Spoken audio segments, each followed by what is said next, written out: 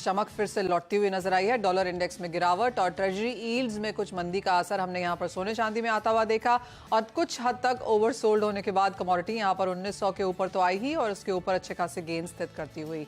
साथ ही बात करेंगे कच्चे तेल की, जहां पर दबाव बढ़ता हुआ नजर आया है और यहां पर 3 हफ्ते के लोज पर अब कारोबार है।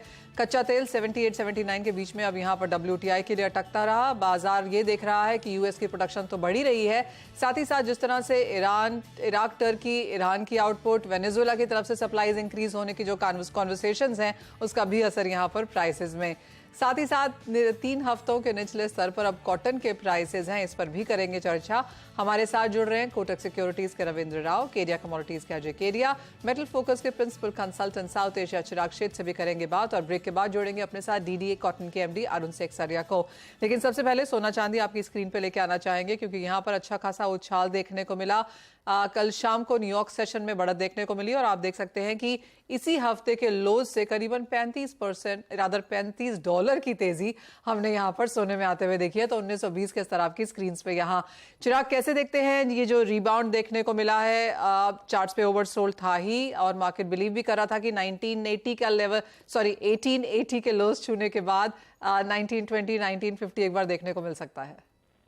जी हाँ, बिल्कुल मनीषा। आई थिंक दो जो आपने अहम बात की, एक तो मार्केट ओवरसोल्ड था और दूसरा पिछली बार का भी जो फॉल था वो करीबन 1875 के आसपास आया और सपोर्ट लिया और इस बार भी मार्केट थोड़ा बहुत उसे ब्रीच करने में जो है सक्षम नहीं रहा था। दूसरा एक चीज है कि आप देखिए ये बहुत ही है, आप वैसे देखें तो बहुत ही न्यूजी वीक है क्योंकि आज जॉब नंबर्स भी है और दूसरा बात सबसे बड़ी चीज जैक्सन होल सिंपोजियम है जहाँ पे US फेड की जो चेयरमैन है वो ऑब्वियसली कुछ बात कहेंगे और शायद हमें बहुत इंडिकेशन मिल सकता है कि आगे क्या होगा।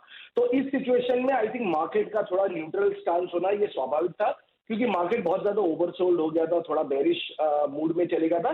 मेरा मानना है कि मार्केट अभी एकदम न्यूट्रल फेज में, जहां पे फेड क्या कहती है उसके ऊपर आगे की दिशा जरा मार्केट देखेगा।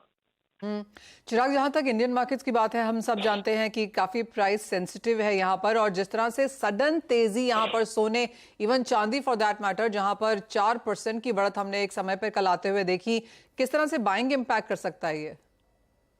जी बिल्कुल। एक्चुअली मनीषा देखिए, लास्ट वीक ही इंडिया गोल्ड कॉन्फ्रेंस हुआ और वहां पे हमारी जितने भी बड़े बुलियन डीलर्स या बैंकों से बात हुई थी तो ये जरूर एक दिखाई दे रहा था कि मार्केट में एक डिमांड पिकअप जरूर देखने को मिला है क्योंकि भाव भी करेक्ट हुए थे और पिछले 6 महीने में बहुत ज्यादा कोई डिमांड नहीं आई थी तो इंपोर्ट्स काफी हद तक इंप्रूव हुए थे अगस्त के महीने में। अब आपने जो कहा कि ये करंट जो बाउट रैली आई हुई है, अगर ये शायद सस्टेन करेगी तो फिर से हमें थोड़ा बहुत स्लो डाउन देखने को मिलेगा।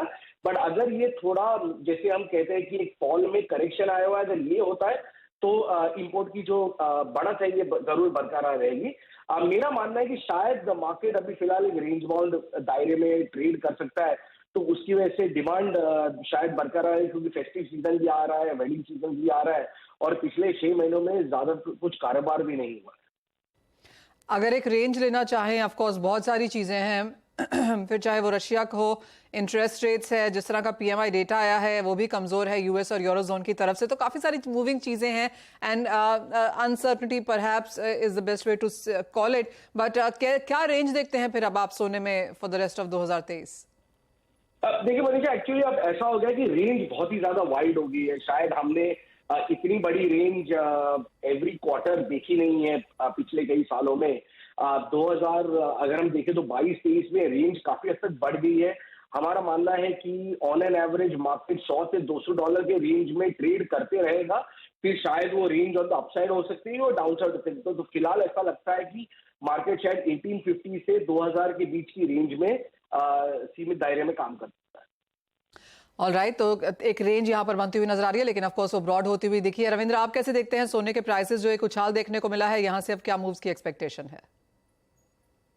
मनीषा मेरे हिसाब से जैसे आप लोग ने बताया कि जो डेटा US से जो डेटा खराब आ रहा है, एक इम्पोर्टेंट डेटा देखने लायक है वो है US होम मॉर्गेज एप्लीकेशन जो कि 1995 के लोस पर दिखाई दिया है। तो आई थिंक ये सारे जो global PMI, US PMI, US services PMI has come down to 51, अगर यूएस के मैन्युफैक्चरिंग पीएमआई देखे तो that has further contracted to 47। तो ये सारा जो इंडिकेशंस है, this is clearly showing that Fed एक पॉज लेगा। तो अभी आई थिंक ये तो सर्टेन हो चुका है कि फेड पॉज लेगा, लेकिन I think now the market focus going forward would be कि जो इंटरेस्ट रेट्स जो इतने बड़े हैं वो कितना टाइम तक बड़ा रहेगा, क्योंकि अगर मॉर्गेज एप्लीकेशंस देखें तो people have started cutting down on buying on purchases because of the higher interest rates. तो हो सकता है कि आगे जाके रेट्स में कटौती भी देखने मिले। तो आई थिंक उसी वजह से जो स्वैप ट्रेडर्स है दे आर प्राइसिंग इन की अभी पॉज होगा और शायद हो सकता है कि आगे जाके कट भी आ सकता है।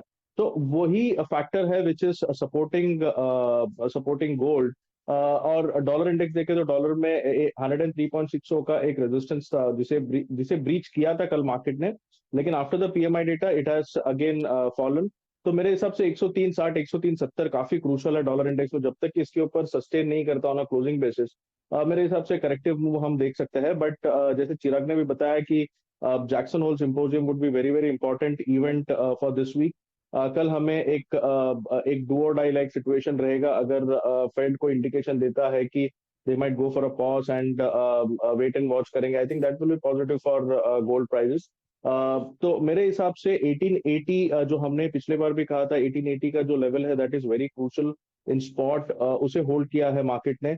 और अभी आई थिंक 1984 का एक इनवर्स हेड एंड शोल्डर का रेजिस्टेंस है, अगर वो निकल जाता है, क्योंकि multiple of the times we have seen 1984 से मार्केट रिवर्स हुआ है, अगर वो निकल जाता है तो आई थिंक एक बुलिश मोमेंटम फिर से शुरू होगा। तो मेरे हिसाब से 1980 1984 is what I am expecting on the higher side, that should act as a resistance. और लोअर साइड में 1880 का ही सपोर्ट है। तो मेरे हिसाब से एक ब्रॉड रेंज रहेगा इसमें, बट वॉच आउट फॉर 1984। अगर वो निकल जाता है तो I think bullish momentum might again restart. Alright, तो वो लेवल अभी काफी दूर है, $60 दूर है, लेकिन बाजार की नजर उस पर रहेगी। अजय, चांदी कैसे देखेंगे आप? जिस तरह का बहुत स्ट्रांग उछाल यहाँ देखने को मिला है, यहाँ पर अगली मूव क्या रह सकती है?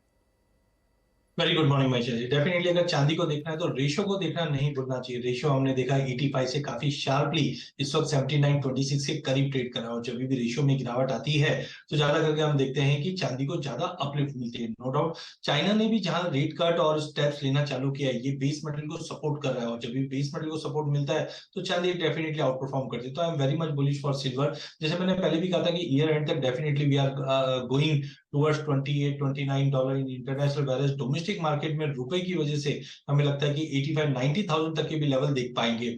कहीं ना कहीं जो फेड का अब जो ये मीट आना है ये काफी इंपॉर्टेंट हो जाएगा, बिकॉज ईस्टर्न वर्ल्ड कहीं ना कहीं रेट कट या अनचेंज की तरफ जा रहा है, जबकि वेस्टर्न वर्ल्ड अब तक एग्रेसिव रेट हाइक था। तो आई थिंक जो अभी सीएमई फेड टूल दिखा रहा है वो दिखा रहा है कि सितंबर एंड अक्टूबर में कोई रेट हाइक नहीं होगी। नवंबर में प्रोबेबिलिटी बनी हुई है 35-36% की कि 0.25 का रेट हाइक आएगा, एंड मार्च ऑनवर्ड्स हम समझते हैं कि रेट कटेगा। तो अब तक का टेन्योर जो रहा है लास्ट 10-12 साल में हमने हमेशा देखा है, जब भी इंटरेस्ट रेट पीक पे पहुंच जाती है और वहां से कट डाउन करने की कोशिश होती है तब बुलियन आउट परफॉर्म करता है। तो मुझे लगता है जो रैली है अभी तो स्टार्ट हुई है, और खास करके चांदी में हम देख रहे हैं कि इंडस्ट्रियल एक्टिविटी और बढ़ती हुई दिखाई देगी। तो करंटली मुझे लगता है कि हो सकता है अगला आज और कल के सेशन में मार्केट थोड़ा कंसोलिडेशन करे, बिकॉज कल हमने लगभग 2000 पॉइंट की, उससे पहले हमने 1500 पॉइंट की मोटा मोटी 4 से 5000 पॉइंट की तेजी देख चुके हैं। तो थोड़ा कंसोलिडेशन कर जाए, बट यहां से ईयर एंड तक की बात करें तो I am very much bullish. कम से कम 85 से 90,000 का लेवल डोमेस्टिक मार्केट पे हम चांदी को आते हुए देख पाएंगे। ऑलराइट, तो ये तो बात हुई यहाँ पर सोने चांदी की, जहाँ पर बढ़त की एक्सपेक्टेशन है, और वो रेंज आपको एक्सपर्ट्स ने दी भी है। लेकिन आपको बता दें कि जिस तरह की बारिश की डेफिसिट हमने इस महीने में आते हुए देखी है, और जिस तरह से सरकार की नज़र यहाँ पर एसेंशियल कमोडिटीज पर बनी हुई है, हमसे एक एक्सक्लूसिव बातचीत में consumer affair secretary Rohit Kumar Singh ने कल कहा कि देश 545 सेंटर्स के जरिए हर रोज कीमतों पर नजर रखे हुए है।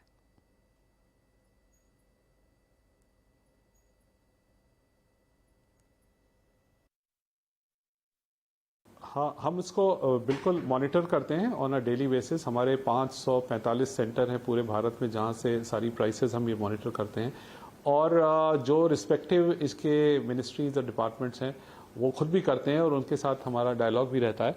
पर उसमें वो किस तरह से इंटरवीन करेंगे ये हमारा सब्जेक्ट नहीं है, ये उनका सब्जेक्ट है, and I am sure they are taking appropriate action on this. तो महंगाई को लेकर वो ऑफ कोर्स एक इंपॉर्टेंट चीज़ कि काफ़ी सारे सेंटर्स पे यहाँ पर नज़र रहती है और टाइम टू टाइम इनको यहाँ पर कंट्रोल भी किया जाता है। कैसे देखते हैं आप अजय, क्योंकि चाहे वो एसेंशियल है नॉन एसेंशियल है, सभी कमोडिटीज़ में हमने प्राइसेस बढ़ते हुए देखे हैं और कल हम यहाँ पर रोहित सिंह जी से बात कर भी रहे थे और उनका कहना था कि सरकार के पास टूल्स और भी हैं यहाँ पर कंट्रोल करने के लिए, लेकिन जिस तरह के प्राइस मूव्स हैं, फिर चाहे वो मसाले हों, नॉन एसेंशियल कमोडिटीज़ हों, एसेंशियल हों, क्या रुख लगता है आगे जाता हुआ?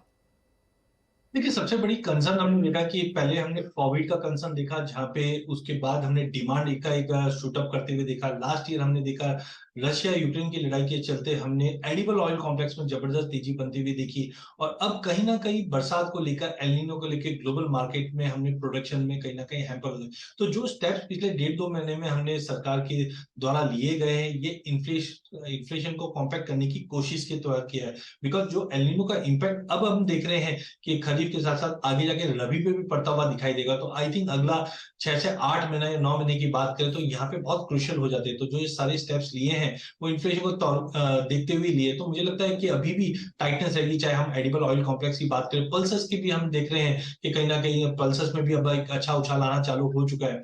तो आई थिंक जो वेदर कंडीशंस है और डिमांड जिस ढंग से पोस्ट कोविड या पोस्ट जो वॉर कंडीशन निकल रहे हैं, तो डिमांड भी एक तरफ बढ़ती जा रही है, रिसेशन के बियॉन्ड हम निकल रहे हैं। तो आई थिंक ये जो इन्फ्लेशन का कंसर्न है और बना हुआ रह सकता है, जिसकी वजह से स्टेप्स लिए जा रहे हैं।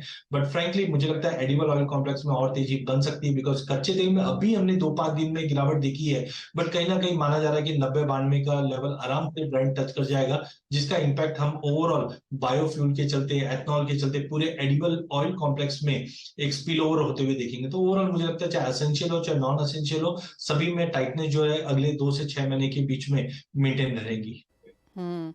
तो इन्फ्लेशन कंसर्न्स यहाँ पर हैं ही और दैट इज एग्जैक्टली यहाँ पर जो रोहित सिंह जी ने हमें बताया भी, लेकिन उन्होंने ये भी कहा कि इन्फ्लेशन से वो जूझ रहे हैं और टमाटर में जिस तरह का उन्होंने प्रयोग किया वो सफल रहा और वही वो यहाँ पर प्याज में भी कर रहे हैं। आइए सुनते हैं बाकी की बातचीत भी। अगर आपने त्वरित गति से कदम उठाते हुए अवेलेबिलिटी को सुनिश्चित कर लिया तो अफोर्डेबिलिटी अपने आप ट्रांसलेट होकर सुनिश्चित हो जाती है। ऐसा हमारा पूरे सिस्टम का मानना है। और मैं यहाँ ये भी आपको बताना चाहूँगा कि ये एकदम हाईएस्ट लेवल से मॉनिटर होता है और माननीय गृह मंत्री जी की अध्यक्षता में एक ग्रुप ऑफ मिनिस्टर है, उसमें लगातार बैठकें होती हैं और उसमें से हमें डायरेक्शन मिलता है कि हमें किस तरह से इस प्रॉब्लम को अप्रोच करना है। प्याज की कीमतों में जैसा आपको पूर्व में भी विदित होगा, there is a certain seasonality और अभी जो महीना चल रहा है इसके आगे फेस्टिवल सीजन में प्राइसेस हमेशा बढ़ती हैं। यद्यपि पिछले साल और उसके पिछले साल जो प्रोडक्शन के नंबर्स हैं वो लगभग बराबर है, पर इस बार जो क्वालिटी थी प्याज की, जिसमें जो हमने 3 लाख टन प्रोक्योर की है, उसमें मॉइस्चर कंटेंट थोड़ा ज़्यादा था। शायद कीमतों में कुछ लोग अप्रत्याशित बढ़ोतरी का प्रयास करेंगे क्वालिटी के इशू पर, तो इसलिए देश में अवेलेबिलिटी बढ़ाए जाने के लिए हमने इंपोर्ट को थोड़ा रिस्ट्रिक्ट करने के लिए ये कदम उठाया है। जब तक टमाटर की कीमतें पूरे भारतवर्ष में जो नॉर्मलसी है वो अटेन नहीं कर लेंगी, तब तक हम इंटरवीन करते रहेंगे। और प्राइस स्टेबलाइजेशन फंड का जो इस्तेमाल है वो इसीलिए किया जा रहा है। 13 जुलाई को जो कीमतें जैसे आपने भी फरमाया 200 के आसपास थी, वो सारी घटकर 50 रुपए के आसपास आ गई हैं होलसेल में और रिटेल में भी और कम हो गई हैं। But we will continue to intervene till they achieve absolute normalcy. Alright, तो रोहित सिंह जी कहते हुए कि लगातार यहाँ पर इंटरवीन करते रहेंगे, ज्यादातर कमोडिटीज में भी करेंगे जब तक स्थिति यहाँ पर सामान्य नहीं हो जाती। काफी कदम उठाए गए हैं लेकिन उनके पास अभी काफी सारे टूल्स हैं। तो सरकार का बहुत क्लियर वो स्टेटमेंट कि जब तक प्राइसेस यहाँ पर इन्फ्लेटेड रहते हैं वो लगातार बाजार में यहाँ पर इंटरवीन करते रहेंगे। इसी के साथ एक ब्रेक के लिए रुकेंगे, जब लौटेंगे तो बात यहाँ पर करेंगे कॉटन की, साथ में लेकर आएंगे व्यू यहाँ पर कच्चे तेल। यहाँ पर 3 हफ्ते के निचले स्तरों पर कारोबार हो रहा है। अजय, कैसे देखते हैं आप प्राइसेस अब यहाँ से? देखिए, सबसे पहले अगर कॉटन की बात करें तो नो डाउट अभी भी कुछ अनसर्टेनिटी बनी हुई है प्रोडक्शंस को लेकर, बिकॉज नो डाउट हमने एक्स्ट्रा ऑर्डिनरी कोई स्विंग के एरिया में बढ़ोतरी दिखी नहीं, बट नॉर्थ में डेफिनेटली थोड़ा बहुत इंप्रूवमेंट आया है। बट अभी भी जो यील्ड्स को लेकर जो कंसर्न है वो काफी बना हुआ है। रिसेंटली हमने देखा था कि प्राइसेस में एक अच्छा खासा बाउंस आया, बट 60,000 के करीब M6 पे कॉटन कैंडी सस्टेन नहीं कर पा रहा। वहीं आइस कॉटन की भी अगर हम बात करें तो प्राइसेस 88 सेंट के ऊपर बिल्कुल सस्टेन नहीं कर पा रहा। नो डाउट चाइना से होप जरूर है कि जिस ढंग से चाइना स्टिमुलस लेके आया तो डिमांड में डायनेमिक इंप्रूवमेंट होगी जिसकी वजह से ग्लोबल मार्केट में एक तेजी बनेगी। टाइमिंग मुझे लगता है कि थोड़ा सा वेट एंड वॉच पॉलिसी और रहना चाहिए, बिकॉज अगस्त मंथ में जो बरसातें हैं अब तक का सबसे लोएस्ट लेवल हमने आते हुए देखा, इसकी वजह से कितनी यील्ड में ड्रॉप आएगा ये काफी कंसर्न है। बट मुझे लगता है कि टेक्निकल चार्ट्स पे अगर हम देखें तो कहीं ना कहीं एक बॉटम फिशिंग, या हम बोल सकते हैं पिछले साल जब हमने एक बड़ा फॉल आते हुए देखा जिसके बाद एक सीमित दायरा में बना हुआ है आइस कॉटन, और यहाँ पे ऐसा दिख रहा है कि अगर हम अगले 1-1.5 महीने की बात करें तो अपसाइड एक ब्रेकआउट आ सकता है, बट उसके लिए we need a very strong fundamental reason. तो आई थिंक ये थोड़ा सा वेट एंड वॉच पॉलिसी में रहना चाहिए, जहाँ पे डोमेस्टिक मार्केट पे मुझे लगता है कि 57,000-58,000 का एक बेस बना हुआ रहेगा, 61,000 के ऊपर टाइमिंग जाता हुआ नहीं दिखाई दे रहा है।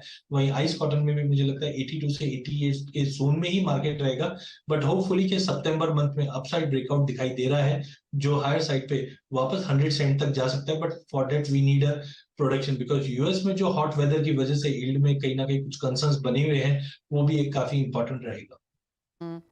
क्रूड पर भी एक नजर डालना चाहेंगे क्योंकि यहाँ पर पिछले 4 दिनों में लगातार गिरावट देखने को मिली है। 3 हफ्ते के लोस पर कारोबार, यहाँ पर अगले टारगेट्स क्या रह सकते हैं Ravi?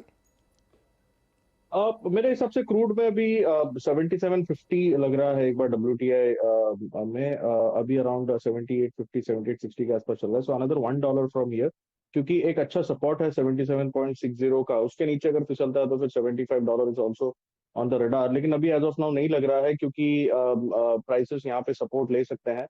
Jackson Hole would be again an important event, क्योंकि दूसरे जो भी फैक्टर्स है वो थोड़े से बेरिश है, सप्लाई टाइटनेस थोड़ी सी कम होती हुई दिख रही है। तो हमारे हिसाब से 7750 should hold on the lower side. अगर एमसीएक्स की बात करें तो एमसीएक्स में आई थिंक 6400 6380 तक के लेवल्स दिख सकते हैं। तो एक बारी ऊपर 6600 6620 के आसपास एक बार सेलिंग आ सकती है इसमें। और अगर ये 6650 के ऊपर सस्टेन करता है तो एक रिवर्सल दिख सकता है। Otherwise I think sell on rise की स्ट्रैटेजी होनी चाहिए। बट शॉर्ट टर्म में आई थिंक 7750 से लेके 81-8150 का रेंज रहेगा। ऑलराइट, तो एक ही दिन में एक्चुअली हमने यहाँ पर 150 रुपये, 24 घंटे में 150 रुपये यहाँ पर निकलते हुए देखे हैं। और जैसा कि आप देख सकते हैं यहाँ पर 3 महीने के चार्ट्स के हिसाब से अभी भी ऑन द पॉजिटिव साइड, लेकिन वीकली एंड मंथली चार्ट्स यहाँ पर नेगेटिव होते हुए। बहुत शुक्रिया रविंद्र। आज